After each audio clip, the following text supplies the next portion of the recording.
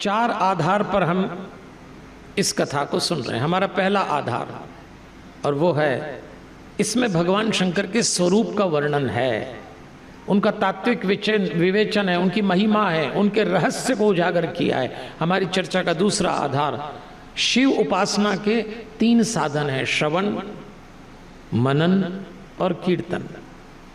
हमारी चर्चा का तीसरा आधार, इस एक ग्रंथ में 5 ग्रंथ समाये हैं। महाभारत संसार केंद्रित ग्रंथ है, गीता व्यवहार केंद्रित ग्रंथ है, रामायण संस्कार केंद्रित ग्रंथ है, भागवत उद्धार केंद्रित ग्रंथ है और शिव पुराण परिवार केंद्रित ग्रंथ है। हम सब परिवार लेके बैठे हैं, देवियों और सज्जनों, सब के सब। और हमारे परिवार में रिश्ते नाते कैसे निभा जाएं, आज का सूत्र है भाई बहन और रिश्तेदारी। रोज एक एक सूत्र लेके चल रहे हैं। तो चलिए इसी के साथ प्रवेश करेंगे और आज हम कथा में चलें, क्योंकि कल का सूत्र समाज और परसों का सूत्र राष्ट्र है।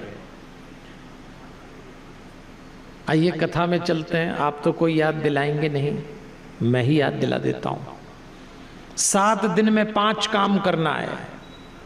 भरोसे से कथा सुनिए, भगवान भरोसे का दूसरा नाम है।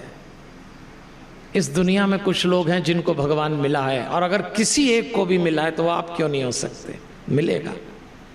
दूसरी बात, 7 दिनों में दूसरा काम करिए, एक ललक बनाए रखिए। कथा सुनने में एक तड़प होना चाहिए, ऐसा नहीं आए बैठे चले गए मुंह दिखाने में, ना ये ना करें। तीसरा, शिकायत चित्त को विराम दे दीजिए। जिसका चित्त सहमत वो शांत, जिसका चित्त असहमत वो अशांत। चौथी बात, थोड़ा मौन साधिए। बहुत बोलते हम लोग, बोलना हमारी जरूरत होना चाहिए, बोलना हमारी आदत हो गया। और 5वीं बात, कोई ना कोई संकल्प जरूर लीजिए। क्या संकल्प लेंगे आप तय करिए, पर सुनने के लिए कथा मत सुनिए। केवल कथा सुनने से जीवन बदलता तो हमारा भारत देश बैकुंठ हो गया होता। इतनी कथाएं होती हैं अपने देश में, किसी का कुछ नहीं बदलता। मैं तो रोज कथा करता हूं और देखता हूं लोग यही कथा सुनते हैं और 3 घंटे बाद हमारी कथा हमारे ही सामने ऐसी झाड़ जाते हैं। रखो बोले पंडित जी, ये जितने पैर पड़ने आते हैं हम समझ जाते हैं झाड़ के जा रहे हैं, क्योंकि मेरे पैर पड़ने से आपको क्या मिलना है। आपको कदम उठाना पड़ेगा जीवन बदलने के लिए। रूपांतरण होना चाहिए। इस बार की कथा में कोई अनुचित आपके जीवन में चल रहा हो, कोई अप्रिय चल रहा हो, कोई अशुभ चल रहा हो, कोई अनुचित कृत्य आप करते हो, झूठ बोलते हो, शराब पीते हो, तंबाकू खाते हो, बीड़ी पीते हो, ड्रग्स लेते हो, निंदा करते हो, हिंसा करते हो, अप्रिय आचरण करते हो, इस कथा में छोड़ दीजिए। इस बार छूटना चाहिए। अच्छा, हमसे कई लोग कहते हैं पंडित जी अपनी बुराई की लिस्ट बनाने बैठो तो बनती भी नहीं है।